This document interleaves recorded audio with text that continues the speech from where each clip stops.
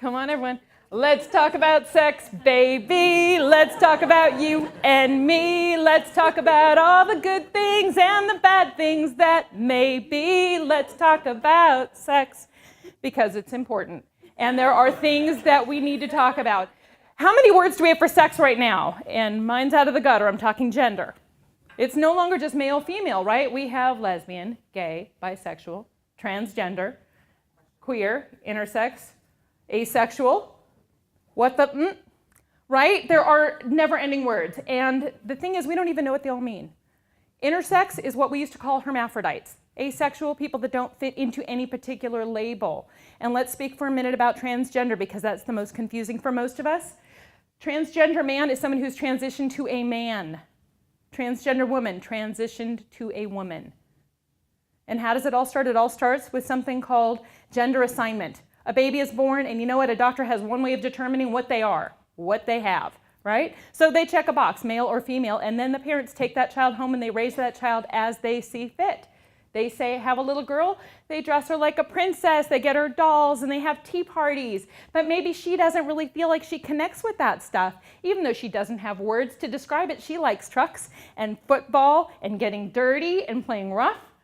And so she might identify differently than mom and dad think she should. And as she gets older, she may start to feel that she wants to express that differently. So we have her gender identity is now male, but mom and dad might still see her as their little princess who just likes to be a tomboy. But as she reaches maybe adolescence, she wants to start looking like how she feels, and she dresses differently. Her identity has been male, but now she's expressing that way. So she's choosing clothing and a hairstyle. And as she goes through that, she is now a transgender boy or transgender man because she may decide she wants surgery, she may not. But with the facial hair, with the haircut, with all that, she's expressing herself in a way that lets her feel the world sees her as she sees herself. So he, at this point, a transgender man, is now in that category. And this doesn't require surgery. It's important for you to know in HR because you know what? You don't know who it affects. It could be your coworker's best friend.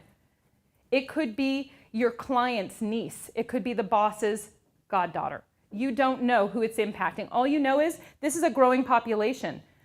A study was done recently and they found that twice as many people are reporting as transgender as they did 5 years ago. Do you want to know why I think that is?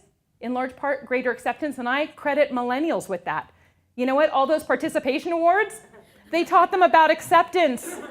Where are the rest of us? We are struggling to get across that finish line. We are struggling to make it further down the line. And let me just point out, these are most of our executives, aren't they? They are trying to get there, but they're not as quick. They're not as ready. And so HR, this is our job. This is your job. You need to get in front of it. You need to have policies that tell every employee what is expected, what will be done, how to behave. You need to have language, not just the proper pronouns of allowing that transgender man or boy to be called he, but also to choose language you want your employees to use. And this should be across the board. Do you like people to come to your workplace and call a sexual harassment issue? Or would you rather they came forward and said, we have an issue with the respect in the workplace is missing? What would you rather hear in HR? So choose the language you want to hear, model it, correct it when it's wrong. Number 3, you want to make sure you are always available. This is a difficult subject for a lot of people. It's uncomfortable. They may have just some curiosities they want to express. They may have insecurities. They may be offended by someone. They need to know there's a safe place to go. HR should be that safe place. And you know what else? Rule number 4, you want to make sure you address their issues immediately. It's okay in some capacity that Bob is inappropriate, but if Bob asks inappropriate questions, or Carol's asking too many curiosities, and it is offending somebody or making them uncomfortable, it's an issue, and a failure to address it is not acceptable. You need to make sure that you are getting in front of it, providing training, and this is not AB 1825. We aren't checking a box and saying, yeah, we've checked off that sexual harassment. We are preventing a problem, is doing something more concrete. We have seen the world in black and white for a long time. We started many years ago seeing it in color. We need to embrace all of the colors, and we need to talk about sex. Thank you.